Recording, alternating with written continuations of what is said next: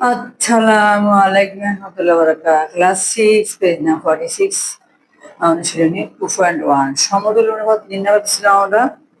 তো তিনের ঘ আছে, এখানে দেওয়া আছে 63 81।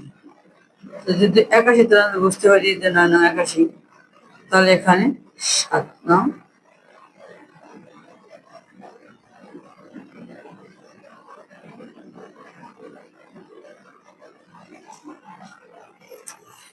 শুকিয়ে গেছে কাহিনী।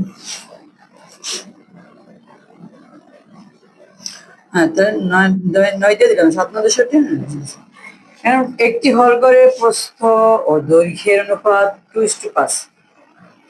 হ্যাঁ, সম্ভাব্য মান বসিয়ে সারণীটি তৈরি করেছে, সারণী দেওয়া আছে। তো এখানে দেখা যাচ্ছে প্রস্থ মিটার, তাহলে আমাদের জানি সমতল ঘূর্ণন সমান সমতল মানিয়ে এসে একই সংখ্যা দিয়ে মিটারে, তাহলে এখানে দিয়েছে দেখেন 10 লিখছে, তা আমরা কি লিখবো? ওখানে দিয়েছে 2 10 দুগুণে 20, 20 দুগুণে 40, 40 দুগুণে 80, 80 দুগুণে 160, শেষ হয়ে যায়। এখানে হচ্ছে এটা 5 দিয়ে প্রস্থ, সরি দৈর্ঘ্য, দৈর্ঘ্য অবশ্যই বড় থাকে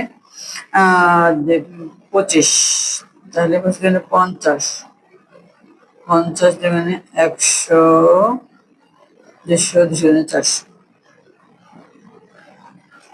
এই করে আমরা করব জয়। ক্লাস 6, হ্যাঁ ভালো থাকো ক্লাস 6, আবার দেখা হবে একটা ভিডিওতে। আল্লাহ হাফিজ।